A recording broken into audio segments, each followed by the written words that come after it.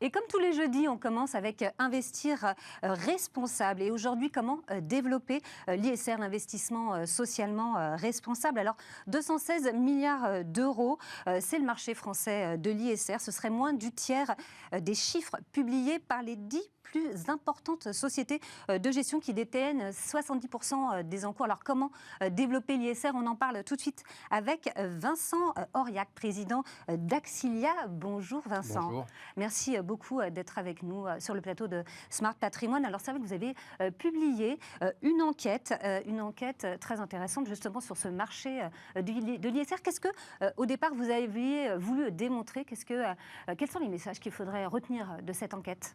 Oui, il n'y avait pas de démonstration. C'est une étude que nous avons faite suite à la demande d'un client. D'accord. Chez Axilia, on passe notre temps à répondre à des demandes de clients. Donc ça correspondait à la demande d'un client. Oui, c'est un client qui voulait savoir quelle était un peu la surface, le volume du marché de l'ISR. Bon, on a pris les chiffres qu'on trouve sur le site du label et puis on les a un peu creusés parce que ce sont des chiffres assez volumineux. On parle de 1000 fonds, 700 milliards d'euros à peu près, à quelques milliards d'euros près. Puis on a regardé la décomposition par typologie de fonds, actions, monétaires, obligataires, par type de produits. Il y a des produits de droit français qui ont été créés par des sociétés de gestion françaises avec un code, une plaque d'immatriculation française. Et puis, vous avez beaucoup également de produits étrangers. La France est un grand marché en Europe, donc qui intéresse beaucoup de gestionnaires allemands, autrichiens, belges, etc. Et qui créent des produits dans leur pays, qui sont déjà vendus aux clients de ces pays-là et qui ensuite sont passeportés et sont commercialisés en France. Voilà. Donc, on voulait un peu faire le panorama de ce marché. Et donc, en rentrant dans le détail des chiffres, c'est là qu'on a trouvé un certain nombre d'observations que je ne m'attendais pas du tout à faire. C'est quoi, ces observations? Les deux observations. Peut-être qu'il y a des choses qui vous ont peut-être plus surpris. Oui, les deux observations que je ne pensais pas, notamment une que je ne pensais pas trouver, c'est la place extrêmement forte du monétaire, des fonds monétaires labellisés ISR dans ce marché. Ça représente sur les fonds de droit français, puisqu'il n'y a quasiment pas de fonds monétaires à l'étranger, puisque par exemple en Allemagne, les comptes courants sont rémunérés, donc les gens n'ont pas besoin de SICAV monétaire pour placer leur argent.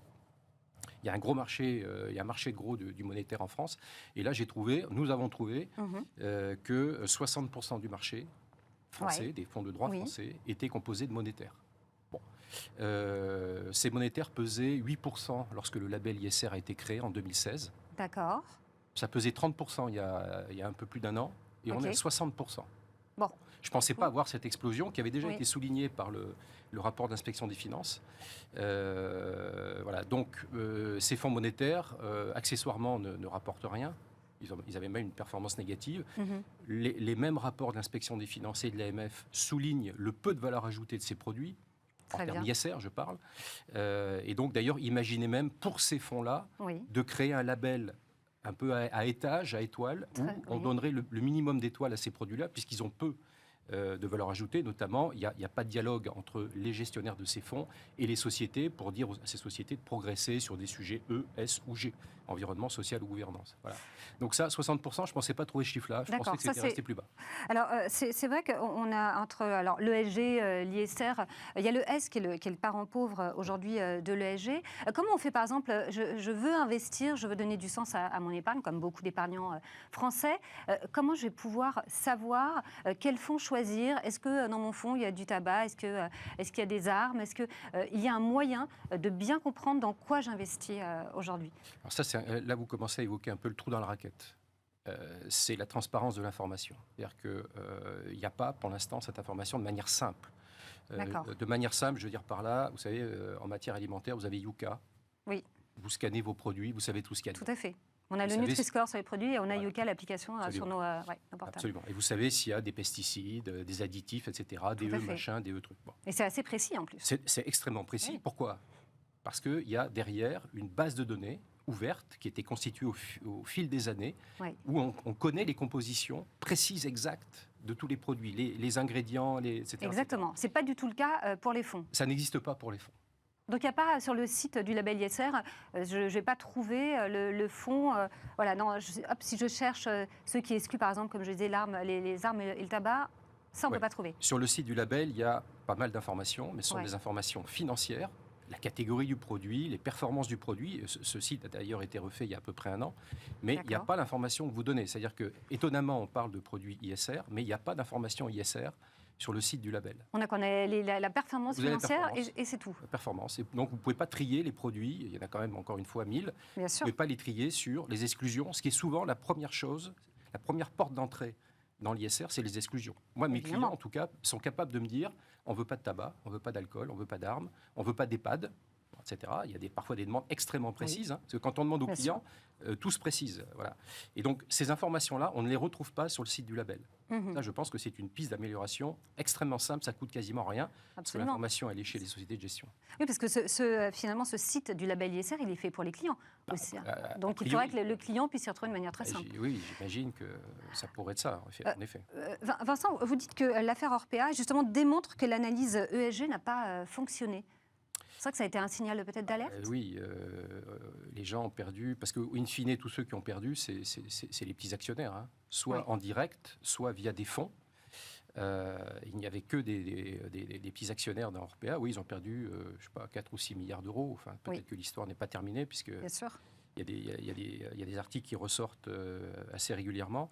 Oui, donc Orpea, c'était un peu le problème. C'est-à-dire qu'il y avait beaucoup de choses écrites ou de non écrites. Moi, j'avais passé un peu de temps, parce qu'un de mes clients, comme je vous l'ai dit, m'avait sollicité, ne voulait pas investir dans les EHPAD il y a déjà 3 ans. Il y avait des bouquins, etc. Donc, j'avais quand même regardé. Et parfois, l'information, c'est ce qui n'est pas marqué.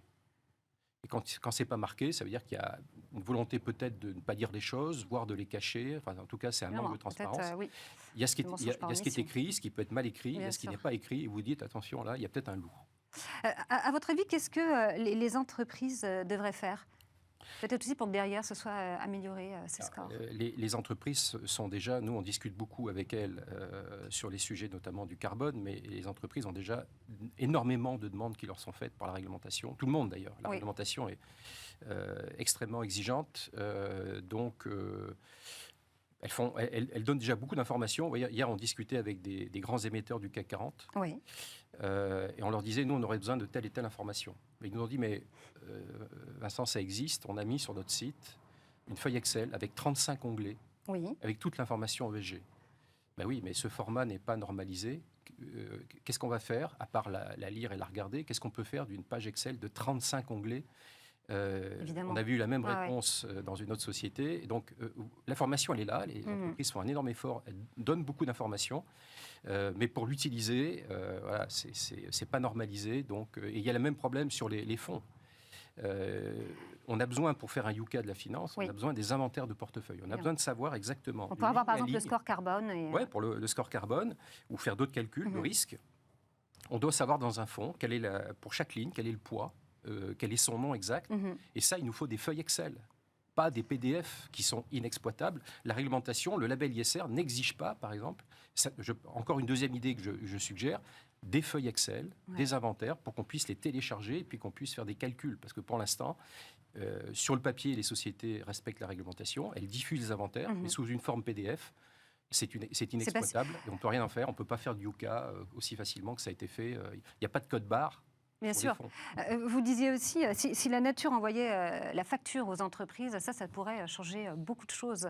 Oui, alors ça, c'est un autre calcul qu'on a fait, en partant d'Orpea d'ailleurs. On a réfléchi, on a travaillé un peu sur le juste prix des choses. Orpea, en fait, ne payait pas le juste prix des choses. Et sur cette idée du juste prix des choses, il y a quelque chose qui n'est pas payé aujourd'hui, c'est les dommages infligés à la planète, à la nature. Quand on émet du CO2, il n'y a pas que les entreprises, hein, ça n'est pas un procès contre les entreprises. Quand on émet du CO2, on crée des dommages à la planète. Ça sera des sécheresses, des incendies, des submersions, etc. Et quand il y a un réchauffement de la planète, il y a des gens qui ne peuvent plus travailler normalement. À Madagascar, ce n'est pas trop encore chez nous, mais on commence à voir ça arriver.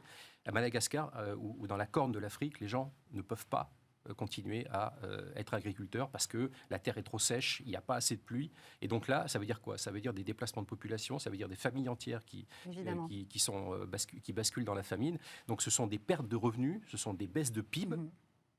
Et tout ça, c'est mesuré. Et le chiffre est facile à retenir, hein, l'ordre de grandeur. Quand on émet 1 tonne de CO2, c'est 100 € de dommages qui sont infligés à la planète, de toutes sortes. 100 euros. Et ça, les entreprises ne pourraient pas payer. Nous, ce qu'on dit, c'est que cette facture, les entreprises, comme tout le monde, on y arrivera, d'une manière ou d'une autre. Les entreprises doivent payer cette facture quand ce sont eux qui émettent le CO2. Donc, toutes les tonnes de CO2 qu'elles émettent, et nous, on considère qu'il faut regarder effectivement l'intégralité des émissions de CO2, ce qu'on appelle un peu techniquement scope 1, scope 2, scope 3, donc de la fourche à la fourchette, multiplié par 100 euros la tonne, qui est le montant des dommages qu'on inflige à la planète. Oui. Voilà. Si on faisait ça, la moitié des entreprises n'ont plus de bénéfices après imputation de cette facture. La moitié. Donc ça montre là aussi, à notre façon, avec le calcul purement intuitif qui a été le nôtre, on montre qu'on n'y est pas. On a un système qui ne tient pas la route. Il faut revoir en gros la moitié des business models. Et pourtant, du côté des investisseurs, je crois que vous m'aviez dit qu'au 3e trimestre de l'année dernière, la 2e valeur la plus achetée, malgré tout par les particuliers, c'était Total. Oui. J'ai réagi effectivement en regardant un post sur LinkedIn. Un post LinkedIn, oui. Il y a beaucoup de particuliers sont revenus sur le marché à l'occasion du Covid. Oui. Effectivement, la deuxième valeur la plus achetée, c'était Total. Alors pourquoi ? Je pense qu'il y a une sécurité qui est véhiculée à travers Total. C'est une société qui est connue et il y a un bon dividende. C'est ça que les gens regardent bien sûr les dividendes. Oui, si on peut tenir le dividende, donc voilà, les gens achètent du Total, mais ça pose bien d'autres problèmes, on l'a vu la semaine dernière avec l'Assemblée Générale. Merci beaucoup Vincent Auriac, président d'Axilia, d'avoir été avec nous. Bien sûr, on peut retrouver aussi votre étude sur votre site. Oui. Scorecarbone.fr ou axilia.com, il y a un blog avec tout ça. On essaye d'être le plus transparent, vous retrouverez toutes les études effectivement. La fameuse transparence dont on a absolument besoin et qui est absolument indispensable. Merci beaucoup Vincent Auriac d'avoir été avec nous. Faut-il sortir la Chine des portefeuilles ? Restez avec nous, c'est tout de suite dans Enjeux Patrimoine.